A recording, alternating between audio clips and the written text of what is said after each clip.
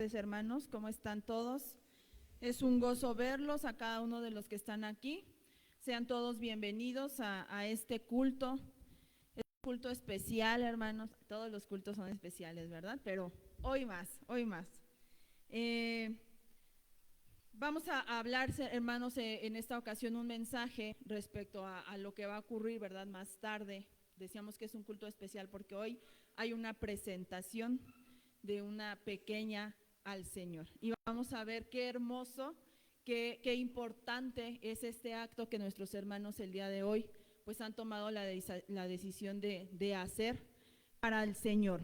Y bueno, hermanos, el mensaje de hoy se llama Echa tu pan sobre las aguas. Y quiero que vayan conmigo a Primera de Samuel,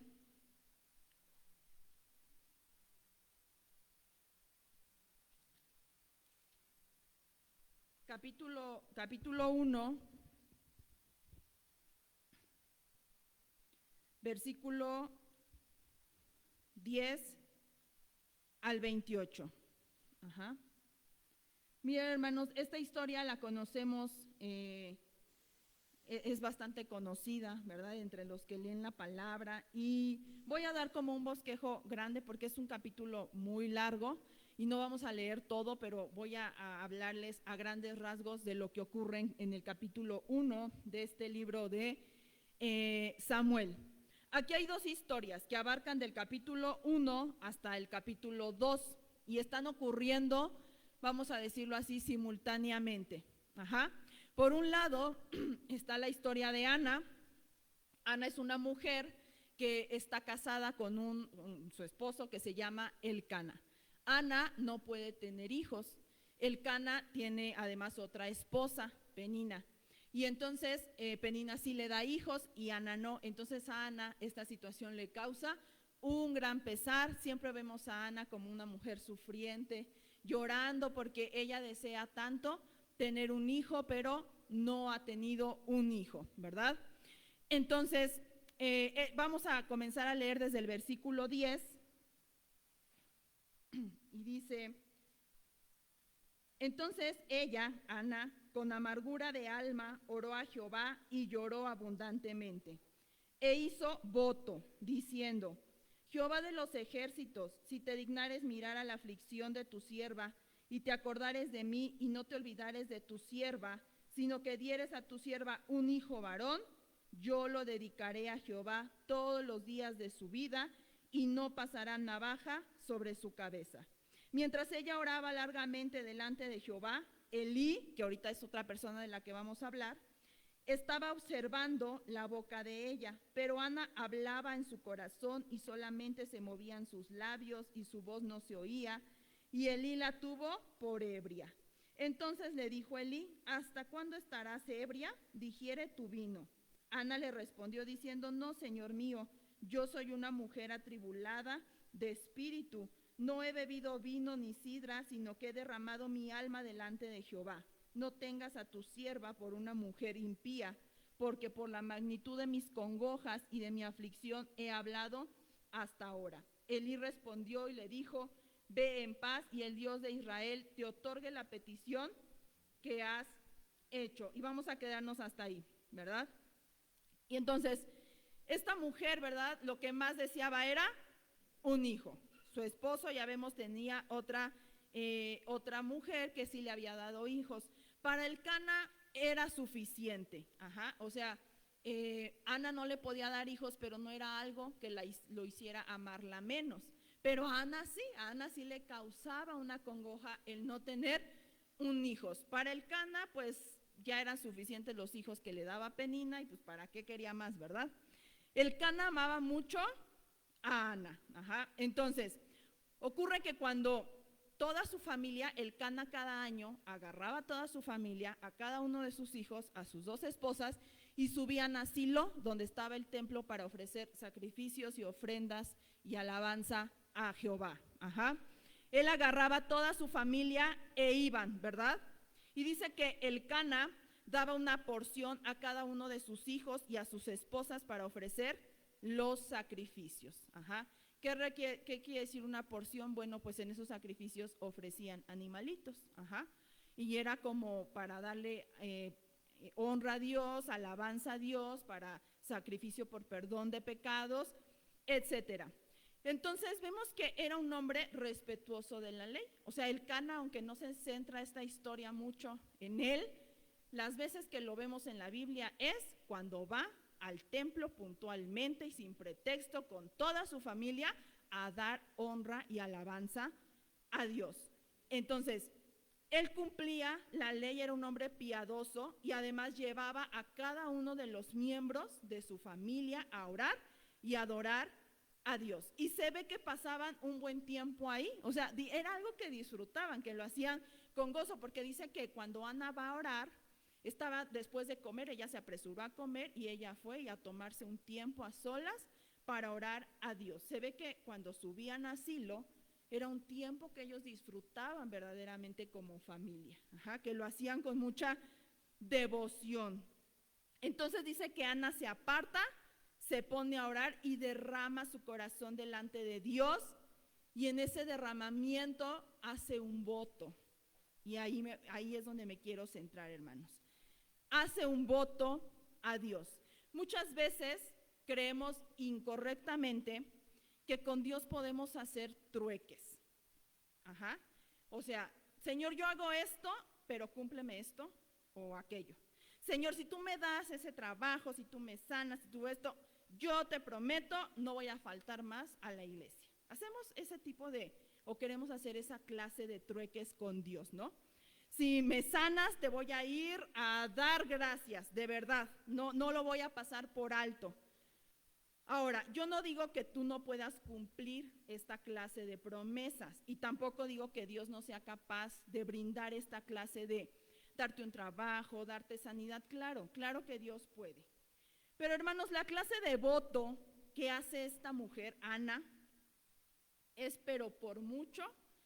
pero por mucho muy lejos de esa clase de trueques que muchas veces nosotros intentamos hacer con Dios. Y es que nuestra vida de fe, hermanos, no se trata solo de hablar mucho. A mí me encanta que dice que Ana ni siquiera se escuchaba. O sea, ella estaba derramando su corazón y no se escuchaba lo que ella estaba orando. Pero algo en el cielo sí se escuchaban sus oraciones delante de Dios. Y dice, yo estaba derramando mi corazón, le dice Ana.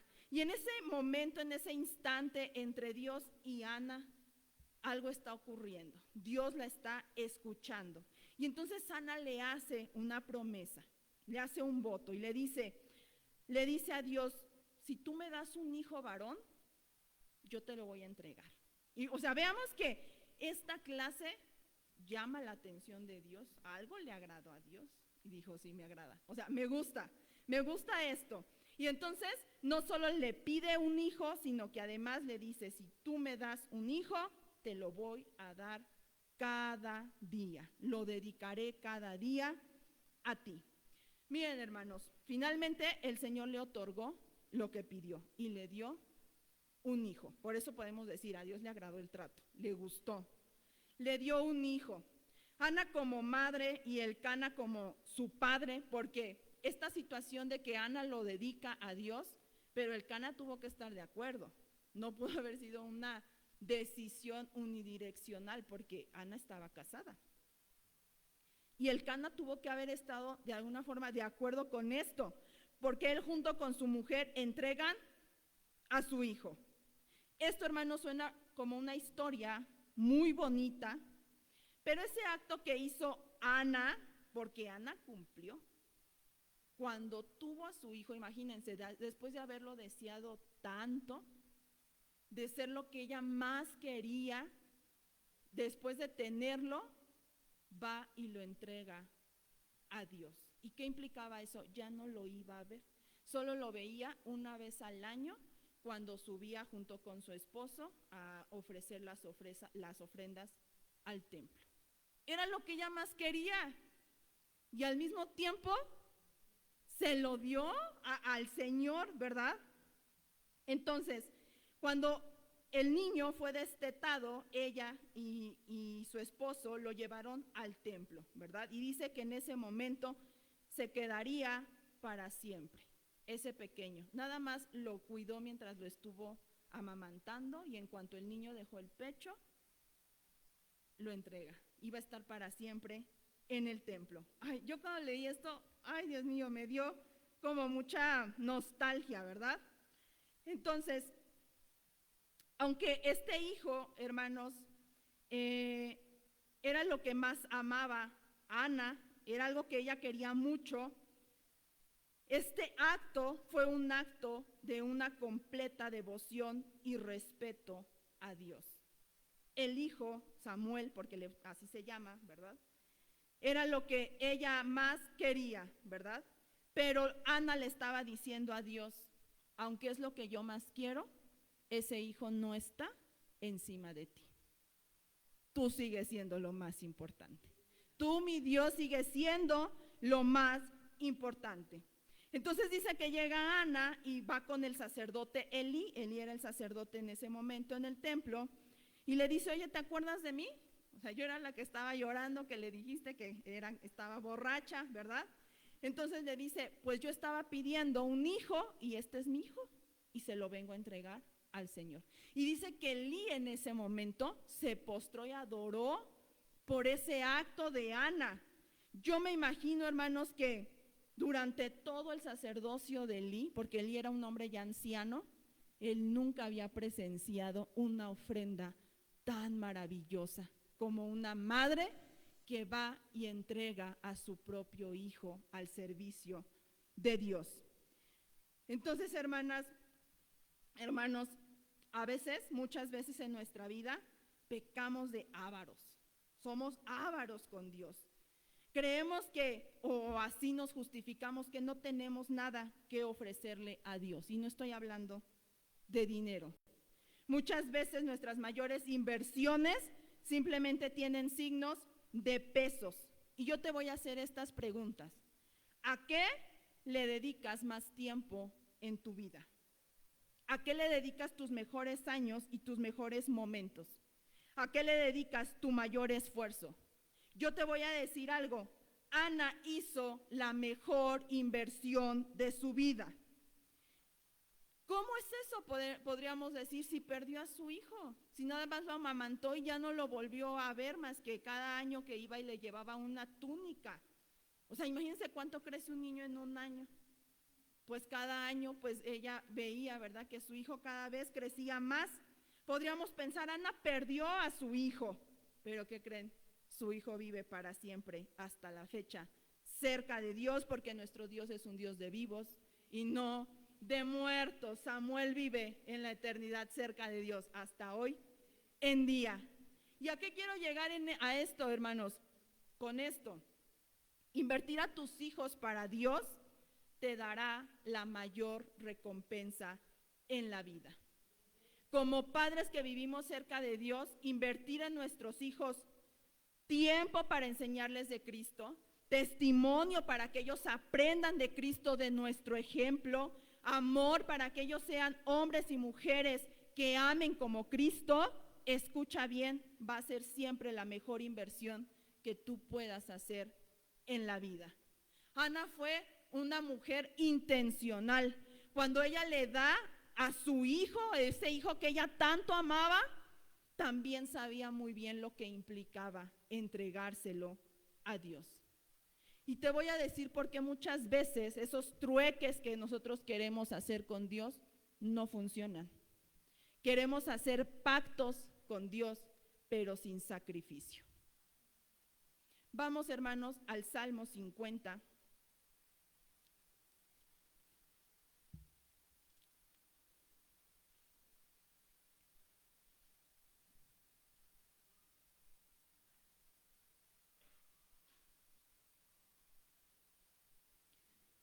Versículo 4 y 5. Yo les recomiendo, hermanos, leer todo el capítulo del Salmo 50, pero vamos a leer solo del 4 al 5.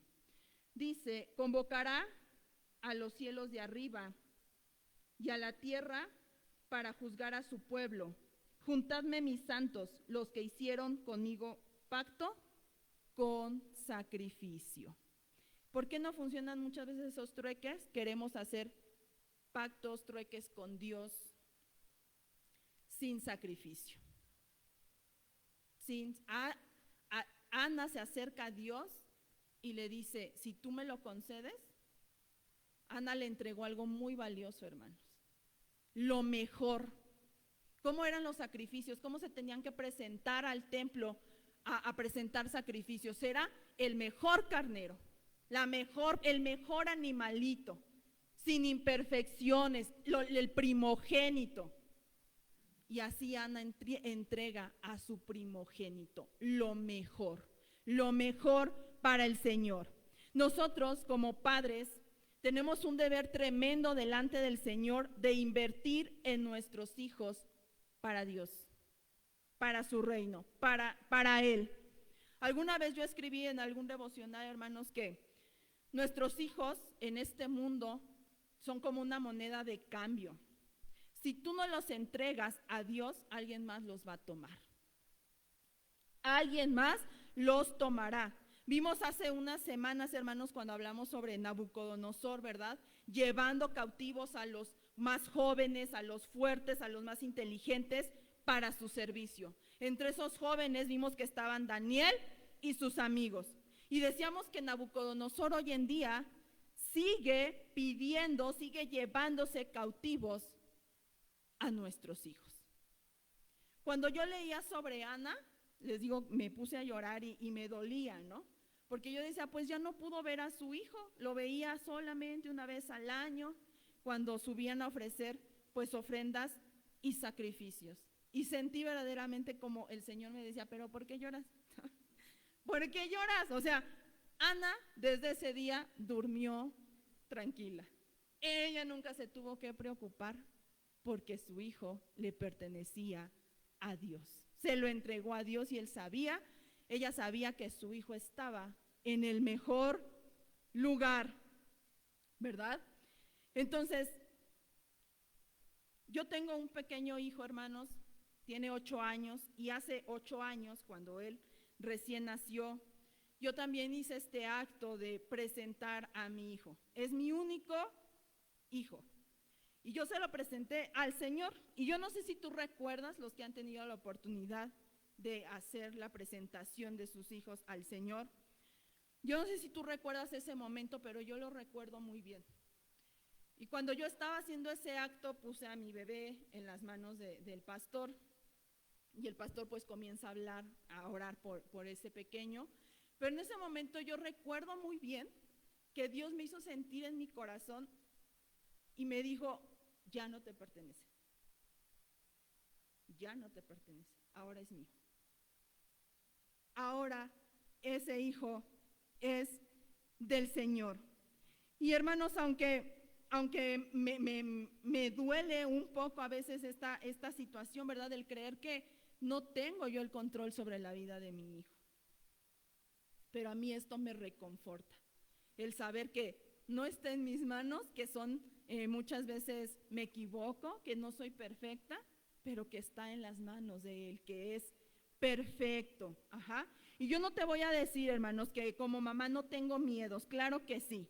Pero entonces yo recuerdo este momento y le digo, Señor, pues yo solo cumplo con lo que tú me dijiste, que lo tengo que instruir en tu palabra, que le tengo que enseñar a ser temeroso de ti, que claramente le tengo que mostrar sin titubear lo que está bien y lo que está mal, según tus parámetros, según tu palabra, que yo le tengo que enseñar a honrarte y amarte, que yo le tengo que enseñar que Él lo puede tener todo, pero que si no te tiene a ti, de nada le sirve, pero que si te tiene a ti y camina contigo, nada le va a faltar.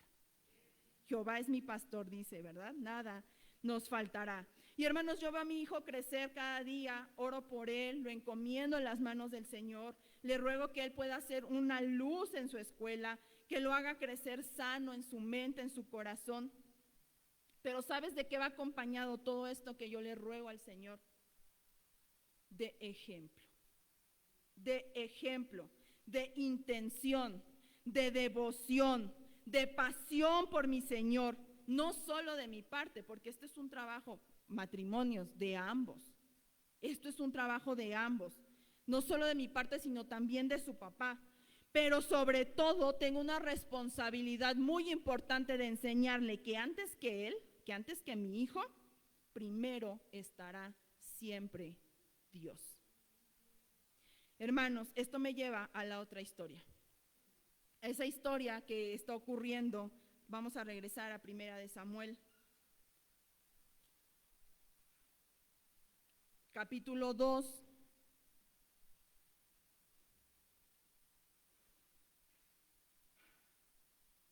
Voy a leer solo algunos versículos, también les recomiendo que lo lean todo. Del 12 al 17. Dice la palabra del Señor. Elí, es Elí, el sacerdote que le dijo a Ana que estaba borracha. Dice, los hijos de Elí eran hombres impíos y no tenían conocimiento de Jehová.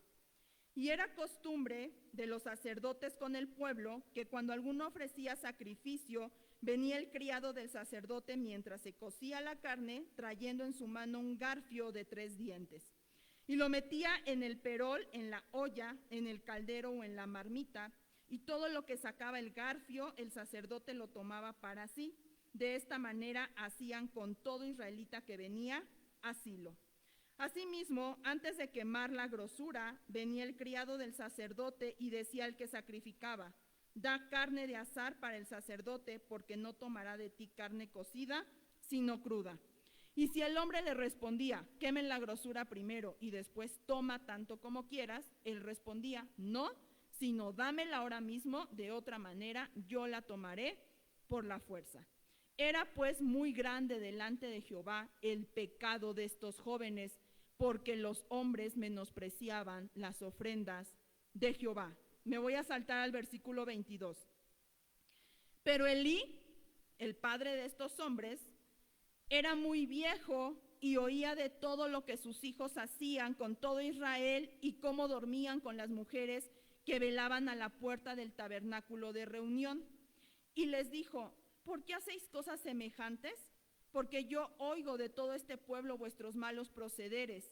No, hijos míos, porque no es buena fama la que yo oigo, pues hacéis pecar al pueblo de Jehová. Si pecare el hombre contra el hombre, los jueces le juzgarán, mas si alguno pecare contra Jehová, ¿quién rogará por él? Pero ellos no oyeron la voz de su padre, porque Jehová había resuelto hacerlos morir. Me voy a saltar hasta el versículo 34. El Señor manda a un hombre a hablar con Elí y le dice, y te será por señal esto que acontecerá a tus 2 hijos. Ofni y Fines eran los hijos de Elí, ambos morirán en un día. Hermanos, por eso yo les digo que Ana ora con intencionalidad y con un compromiso delante del Señor, y el Señor, que conoce el corazón, ve verdad en eso que Ana estaba orando. Elí era un sacerdote, servía en el templo. Por ser sacerdote, pues su familia como que estaba también en el templo, y sus hijos por línea sanguínea, pues ya tenían el sacerdocio, o sea, eran sacerdotes por default, ¿no? Por Elí. Entonces, más fácil no podían tenerla, ¿verdad? Eran toda una familia sacerdotal. Pero uno creería que los hijos de Elí serían muy buenos hijos, que honrarían a Dios. Y vemos en esta historia, la Biblia nos dice que no, que al contrario eran hombres malos. Y hermanos, pues no vamos a juzgar a Elí, ¿verdad? Pero vamos a aprender de un error que él cometió y que le costó muy caro. Muy caro le costó este error, este descuido. Mientras que Ana hace la mejor inversión de su vida, Elí no toma riesgos. Demasiado indulgente, demasiado blando, demasiado, no sé cómo decirlo, pero como que Elí se durmió en sus laureles. Él se sentía muy seguro en su posición, quizá porque era sacerdote. Él dijo, yo ya tengo garantizado todo, ¿qué importa lo que hagan mis hijos? No sé, pero cuando yo leo esta historia me hace pensar que Elí servía a Dios a cambio de pues a lo mejor perdón para sus malos hijos, o perdón para cubrir quizá esa falta de él mismo, de no ser pues un buen padre para esos hijos, tanto que crecieron y ya eran personas malas, o sea, al grado de deliberadamente no sentir ningún remordimiento y robarle a Dios en los sacrificios y en las ofrendas. Tenían un corazón perverso. Entonces, el que sus hijos fueran malos no es que nacieron destinados a ser malos. Durante su crecimiento, algo no hubo de parte de Elí. Algo pasó. Nos narra la Biblia que los hijos de Elí robaban la carne de los sacrificios. Es decir, que traían las personas, todos los israelitas, a sacrificios, a Silo, y entonces, antes de que, bueno, la ley decía que tenían que degollar al animal, le sacaban toda la sangre, y cuando ya la sangre estaba completamente sacada de la carne, ponían a cocer la carne, y decía que la grosura, o sea, la grasa del animal, era para Dios, esa era para Dios. Entonces, cuando ya la carne estaba cocida, el sacerdote tenía, porque así estaba marcado en la ley, podía comer de ciertas partes del animal, como el pecho, por ejemplo, de ahí podía comer el sumo sacerdote. Pero entonces los hijos de Elí lo que hacían es que metían un garfio antes de que la carne estuviera cocida del sacrificio, y lo que agarrara el garfio con 3 uñas, dice, es lo que ellos se comían. Y entonces si le decía el que estaba con el animal, le decía, no te voy a dar carne hasta que esté cocida, porque así lo marcaba la ley. Decían, pues si no me la das, la voy a tomar por la fuerza. O sea, desobedían y rompían por completo la ley de los sacrificios, ¿verdad? Entonces, yo te puedo decir, porque ya tenían fama, esto causaba que entonces todos los que iban a sacrificar, pues renegaban y decían, no, pues ¿para qué voy a ir a sacrificar si me lo van a robar los hijos de Elí? Si están haciendo eso, están corrompiendo el sacrificio. Entonces ya tenían tanta mala fama. Y yo quiero decirte que esto que hacían los hijos de Elí tuvo una primera vez. Tuvo una primera vez. Y cuando hubo una primera vez, en ese momento Elí debió exhortar claramente que no era correcto lo que hacían y sacarlos del servicio y mandarlos a ponerse a cuentas con Dios. Y hermanos, si ya tenían mala fama, quiere decir que no era la primera vez. No era la primera vez. ¿Y qué hizo Elí? Solo les dijo, ay hijos, ¿por qué son así? Ay, ¿por qué hacen esas cosas? ¿No? Ay, no sean así de malos.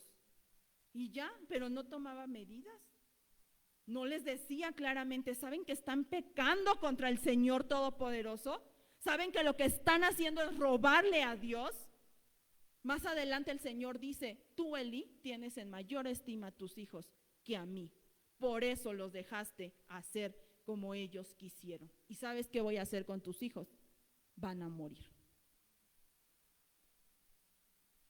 Hermanos, dice la palabra que ellos no tenían conocimiento de Jehová. Pero ¿cómo si eran sacerdotes? ¿Cómo no iban a tener conocimiento de Jehová?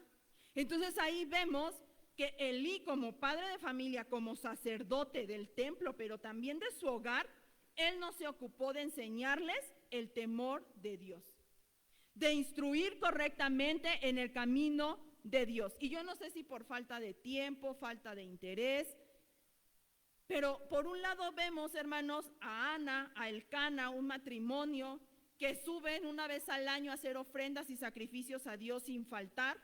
Y de este matrimonio, de este modelo de familia piadosa, respetuosa, de ahí sale Ana. Porque si en algo conocemos a Elcana, es que él no faltaba cada año a hacer sus sacrificios, ¿verdad?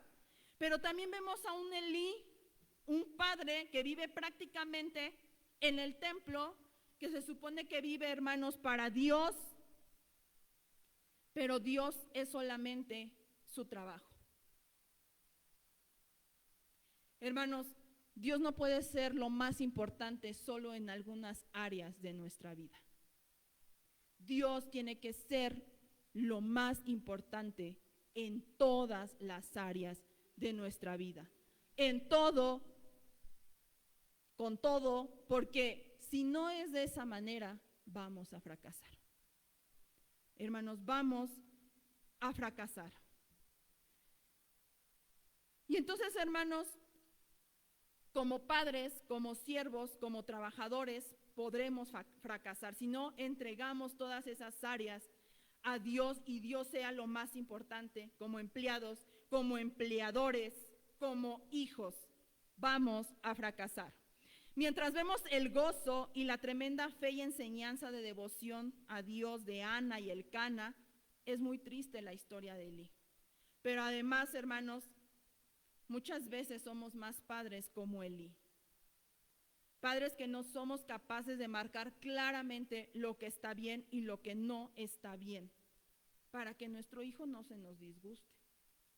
Ay, para que no se enoje, para que no se vaya de la casa, para que nuestro retoño no se sienta mal. No, papás, no. ¿Ustedes siguen creyendo que la vida de sus hijos está en sus manos? ¿No sabes que si no los instruyes con vara van a morirse? ¿Qué dice la palabra de Dios en Proverbios 23, del 13 al 14?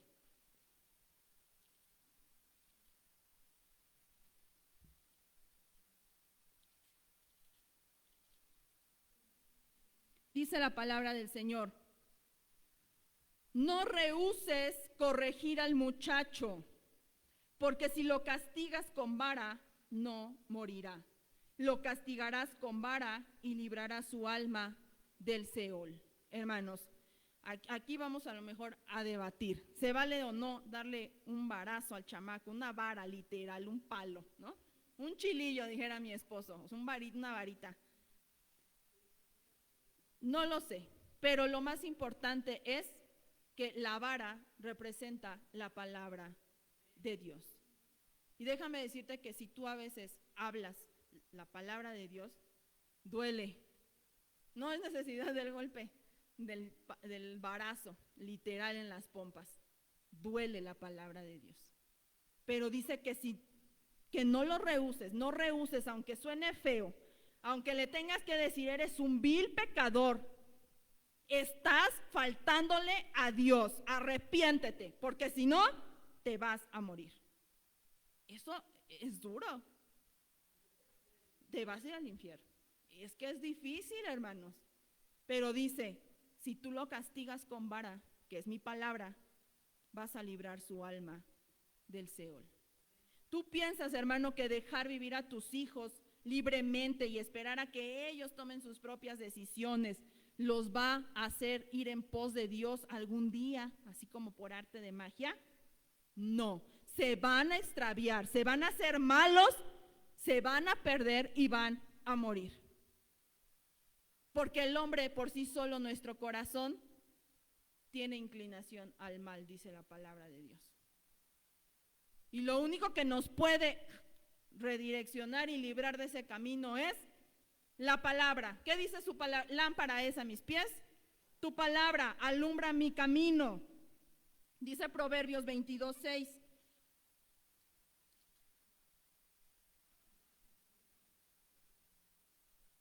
Instruye al niño en su camino, y aun cuando fuere viejo, no se apartará de él. Si nosotros instruimos tempranamente a nuestros hijos en la palabra, van a crecer y dice, no se van a apartar. Prácticamente lo que estamos haciendo cuando nosotros entregamos y presentamos a Dios, es decir, te lo estoy encomendando a ti, te lo estoy entregando. Yo ya no soy más dueña de su vida ni controladora de su vida. Tú lo formarás, tú lo instruirás y a mí me toca pues hacer el ejemplo, ¿verdad? Dar el ejemplo. Si tú no vas a invertir bíblicamente en tus hijos, te diré que Satanás iba a invertir en ellos. Satanás los quiere devorar. Tus hijos, hermanos, duermen de 8 a 10 horas al día. Algunos menos, más menos, pero el resto del día andan sobre este mundo y están expuestos a este mundo, que además es un mundo muy bonito, lleno de flores, de amor y paz. No, es un mundo que está caído. Y además este mundo, hermanos, trabaja muy duro para influenciarlos a donde quiera que ellos voltean. Si tú los dejas andar en YouTube, ¿no? En cualquier plataforma, sin ningún tipo de restricción en tiempo y en contenido, Satanás está invirtiendo en ellos. No se diga navegar en general por internet, ver teleseries, películas, la música que escuchan. ¿Han escuchado, hermanos, sobre lo que ocurre tristemente en muchos colegios de Estados Unidos? Muchos de los niños jóvenes que han hecho estas cosas con el uso indebido de armas de fuego, y lo digo así para que no me bloqueen, dicen haber estado escuchando música cuando hicieron estas cosas y oían voces que les decía que hicieran eso. Y esto, hermanos, es muy real. Esto es lo que ocurre con la inversión que Satanás hace en nuestros hijos. Si tú no inviertes bíblicamente en ellos, el mundo y el enemigo están, pero prestos para bombardearlos y hacerlos y moldearlos a su imagen y semejanza. Hoy la denigración humana, hermanos, se está colando en la música que se escucha actualmente. Donde vayan tus hijos fuera del hogar, allá afuera están expuestos. Ahora, no digo, hermanos, que no puedas ver tele o series o películas. No quiero llegar en ese grado. Yo hablo, hermanos, del tiempo invertido en Dios. O sea, si comparamos el tiempo que ves series, películas, escuchas música, al tiempo que inviertes en Dios, ¿quién gana? Nada más es eso. Nada más es esa comparación. Comparando esto, hermanos, con el tiempo que Dios no está en sus mentes. ¿Y qué crees? Nosotros lo permitimos como padres. Voy a hacer un comentario más práctico. El día de ayer hubo un culto de jóvenes. No sé si lo sabían, a lo mejor no lo sabían, por eso no llegaron, ¿no? No hay tantos jóvenes, hermanos, en esta iglesia, pero uno esperaría que por lo menos estuvieran todos. Es una vez al mes, papás. Una vez al mes. Y nos estamos quedando cortos. Me va a decir, no, pero yo en mi casa, yo hice un devocional con mis hijos. Qué bueno, te felicito.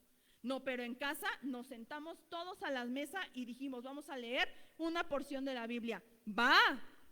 Te la compro, te felicito. Pero sé honesto contigo mismo.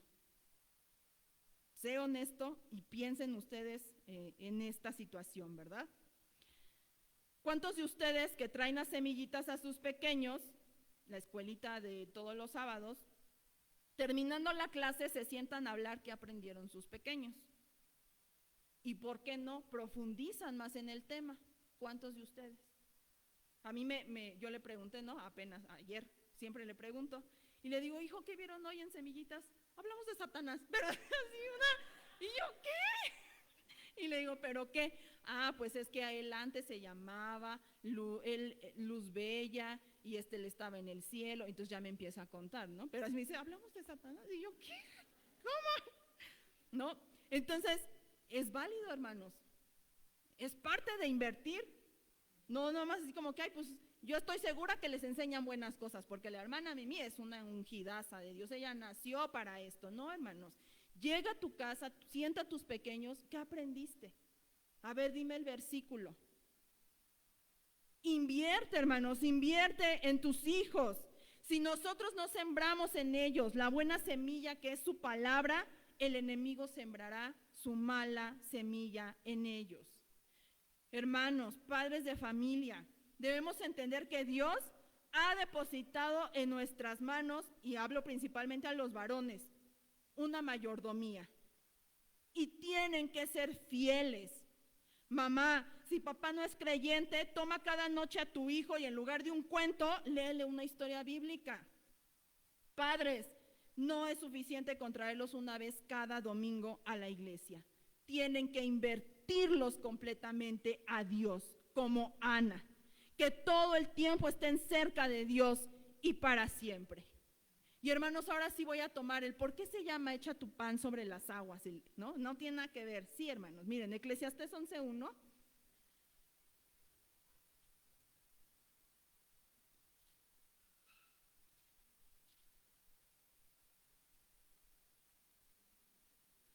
dice la palabra del Señor, echa tu pan sobre las aguas, ¿verdad? O sea, no lo dije yo ni me la inventé. Echa tu pan sobre las aguas, porque después de muchos días lo hallarás. Yo no sé, hermanos, si alguna vez han chopeado un bolillo en un café, ¿no? De agua. Y cuando se les cae un pedazo, ¿qué ocurre con el pan? Se desbarata y se hace feo, ¿no? Hasta da una sensación como de, ay, ya no lo quiero, ya no me lo quiero comer, ¿no? Ya sabe feo. Bueno, hermanos, pues aquí dice que echa tu pan sobre las aguas. Uno pensaría que cuando hacemos esto, como que perdemos. O sea, ¿cómo voy a echar mi sustento? ¿Cómo voy a desperdiciar el fruto de mi trabajo? ¿Cómo voy a desperdiciar todo mi esfuerzo? ¿Cómo lo voy a echar a perder? Pero dice a continuación que después de muchos días lo recogerás. Hermanos, la mejor inversión que podrás hacer en esta vida es invertir en las cosas vivas, las aguas. Echa tu pan sobre las aguas, en las personas con las cuales tenemos una relación cercana y conforman el modelo social de Dios, nuestra familia. Echa tu pan sobre las aguas, hermanos. Echa a tus hijos en las aguas vivas de su gloria. Deja, hermanos, que se los lleven las aguas de la gloria de Dios, y deja que Dios los lleve a donde tengan que ir. ¿No les suena esto a un niñito que fue echado en una canasta a las aguas del río? ¿Y a dónde lo llevó Dios? A ser el libertador de su pueblo. ¿Ustedes creen que esa mujer Jocabed no dijo, ¿cómo voy a echar a mi hijo? Pero era eso o morir a manos del faraón. O sea, era eso o morir. Dice, bueno, por lo menos en las aguas tengo esperanza, ¿no? A que muera en manos de faraón. Échalos, hermanos. Echa a tus hijos en las aguas vivas de la gloria de Dios. Y déjalos que sean arrastrados a donde tengan que ir. Pero, hermanos, tienes que ser intencional. Tienes que invertir. E invertir, dice la palabra, requiere sacrificio. Requiere disciplina. Requiere, hermanos, compromiso. Muchas veces como servidores de Dios estamos dispuestos a ir muy lejos, a alcanzar a muchas personas, pero descuidamos lo más importante, a nuestra familia. Somos capaces de hacer cosas por otros, de trabajar arduamente por otros, pero no podemos darle tiempo de calidad a nuestra familia. A veces estamos muy ocupados creciendo profesionalmente, llenando y engrandeciendo nuestro ego, que nos olvidamos de los que quedan en casa. Estas cosas, hermanos, son un modelo de Elí. Si Elí hubiera entendido que Dios verdaderamente era lo más importante, hubiera guiado correctamente a sus hijos, hubiera instruido a tiempo, no les hubiera dejado ir tan lejos en su irreverencia contra Dios. Sus hijos fueron el resultado de una deficiencia de Elí como sacerdote en su hogar de Dios y como padre. Pero hay una esperanza, hermanos. El Señor nunca nos deja, ¿verdad? Así, sin esperanza. Hay una esperanza, la corrección. Si tu hijo es pequeño, estás muy a tiempo de instruirlo correctamente, de dedicárselo a Dios. Si tus hijos son grandes, hermanos, es tiempo de poner límites a su irreverencia contra Dios. No importa cuántos años tengan, decirles muy claramente, tus acciones ofenden a mi Dios, arrepiéntete de tu pecado. Y estarán muy a tiempo de hallar la vida y no morirán. Salmo 127, hermanos, y con esto voy a concluir. Salmo 127.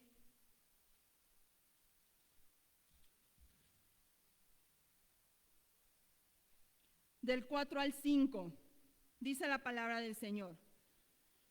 Como saetas en mano del valiente, así son los hijos sabidos en la juventud. Bienaventurado el hombre que llenó su aljaba de ellos, no será avergonzado cuando hablare con los enemigos en la puerta. Hermanos, en esta porción, el Señor compara a los hijos con flechas. flechas en manos de valientes. En ese pasaje la Escritura dice como saetas, ¿verdad? Como saetas, así son los hijos habidos en la juventud. Vamos a notar, hermanos, que son saetas en manos de un valiente guerrero o en manos de una valiente guerrera, que son los padres. Y es que para ser padres, hermanos, se requiere ser valientes. No es para cobardes. Se necesita invertir tiempo en la vida de los hijos para formarlos correctamente. De la misma manera que el arquero, a quien lanza una flecha, toma su debido tiempo antes de lanzar la flecha, los padres se toman su tiempo antes de lanzar a los hijos a la independencia en sus vidas. El arquero coloca debidamente su cuerpo en la posición correcta, toma el arca en sus manos, empuña la flecha sujetándola con 3 dedos, estira la cuerda, se concentra poniendo su mirada en el blanco hasta que finalmente suelta la flecha que da en el objetivo.